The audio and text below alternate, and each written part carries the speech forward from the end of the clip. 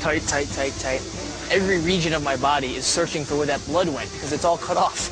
Just think, if it messes up, you'll never know. The physics of doing the wire fu move while suspended in air are tricky. With no ground to stabilize you, even the slightest turn or twist can throw you off course. I improvised.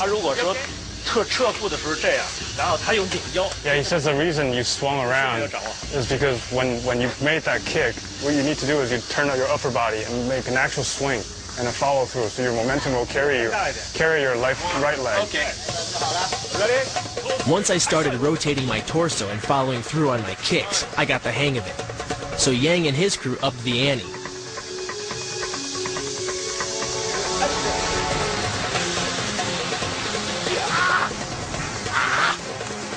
That was fun.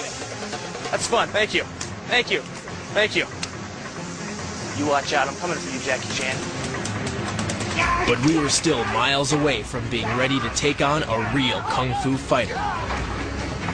Next, we'd meet up with one of Kung Fu's most revered masters and learn some secret techniques that were once taught to Bruce Lee himself. The next stop on our journey would take us to the largest man-made structure on Earth. Just 30 miles northwest of Beijing is the town of Zhiyangguan and the Great Wall of China. Stretching over 4,000 miles, the wall was constructed over 20 centuries by millions of men. Although some sections of it date from 500 BC, much of the Great Wall was constructed during the Ming Dynasty as a way to fend off the Mongol and Manchurian raiders from the north. And the section near Zhiyangguan was key to the defense of the capital. A breach of the wall here would leave Beijing exposed, so the men who stood guard were some of the empire's toughest soldiers and most feared Kung Fu masters. Today, the town is home to Master Wang Zhipeng. Master Wang is a disciple of the revered master Wang Shunling. Ling also worked extensively with Bruce Lee during Lee's formative years. And it's the skills that Ling taught him that made Lee arguably the greatest martial artist of his time or any other. The style is called Wing Chun. Master Wang's Wing Chun is built around the concept of efficient, close-quarter combat. Tight, coordinated movements are used to reduce the distance between you and your opponent. From there, a series of knees, elbows, or rapid-fire punches are used to injure and even kill. There's no wasted motion. Because of its close-quarter nature and its efficiency, Wing Chun has been adopted in the West in many women's self-defense systems, which wasn't surprising when we learned how Wing Chun came to be.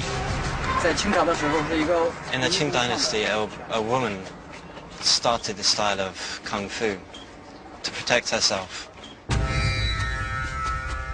In the 18th century, a local warlord tried to force a woman named Yin Wing Chun to marry him.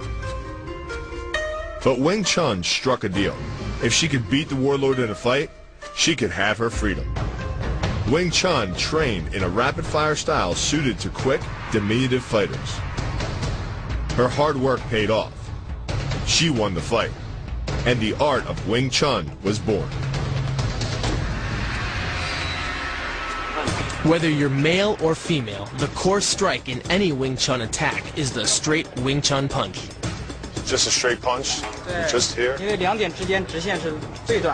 the shortest distance between you and your opponent. To execute the Wing Chun punch, the fighter quickly moves inside his opponent's punching range. Good. With his hands in front of his chest and his elbows tucked in, the fighter quickly rotates and extends his fist. Punch along the arm. Then try and get your hand back above your elbow. The punch is then repeated, as needed, until your opponent bites the dust. I feel like the breeze whizzing by my face. That's cool.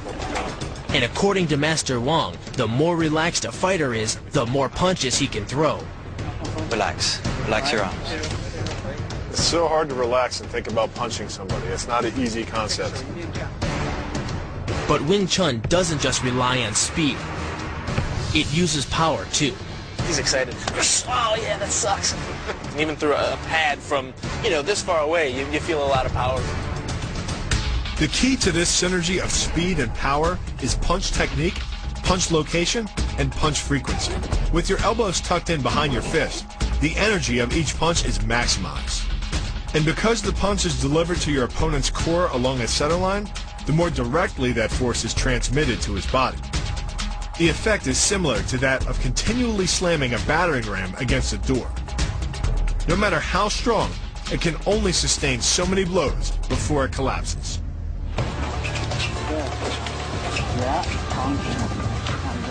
Tell you what, this punch is very difficult. Staying in that motion and always realizing that he can hit you back. The more you practice, the better you become at anticipating your opponent's next strike. So all these are basically different moves that create hand sensitivity, which comes into play no matter what you're doing. Practice for long enough, and you don't even need to see your opponent to strike him. Blindfolded, Master Wong demonstrated the combination of speed and power that lies at the heart of Wing Chun.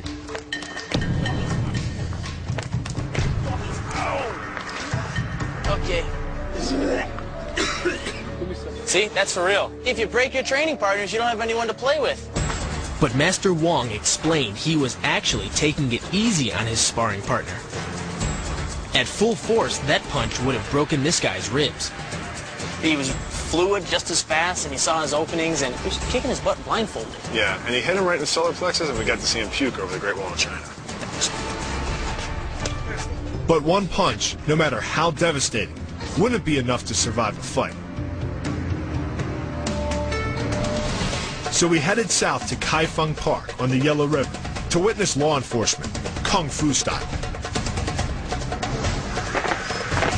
Founded in 1983 as a subdivision of the People's Liberation Army, the People's Armed Police number more than 600,000 men. Duties include everything from crowd control to tactical counterterrorism missions. The style of Kung Fu they learn is simply called Police Kung Fu, and it's a close cousin of the Sanda style our opponent Yan excels in.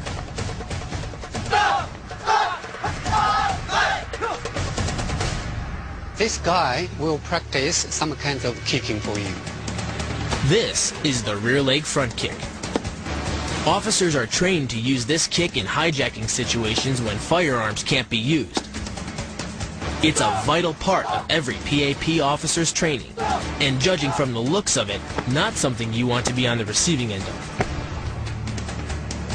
To execute the rear leg front kick, the back leg is brought forward, lifting the knee. Then the lower leg is quickly extended, making contact with the opponent's neck or chin. The striking leg is retracted to its original position like the snapping of a rubber band, allowing the fighter to repeat the move.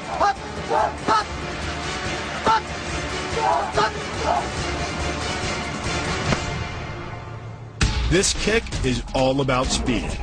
The further the foot travels, the greater its acceleration, and the more dangerous a weapon it becomes. Powered by the muscles of the hip flexor and the quadriceps, by the time your foot reaches your opponent's throat, it's traveling nearly 40 miles per hour. That type of speed yields over 1,000 pounds of force, enough to puncture the Adam's apple and crush your windpipe. You know, this is a really good kick because I can use my size and power and my huge legs to push the guy off and get back to my fighting stance. I may not have the power of Bill, but what I can bring to this move is speed. See, what I like about this is that it's powerful, fast, and accurate.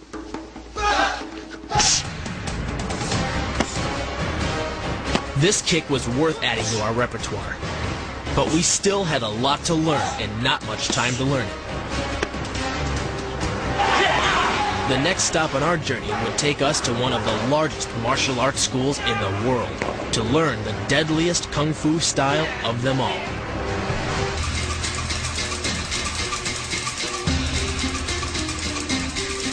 With just days remaining before our fight, we've come here, to the town of Dangfeng.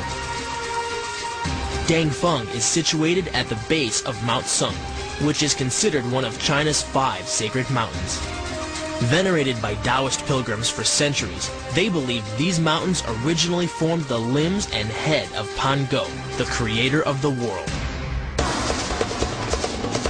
Dangfeng is a small town, but it has over 50 kung fu schools, teaching more than 50,000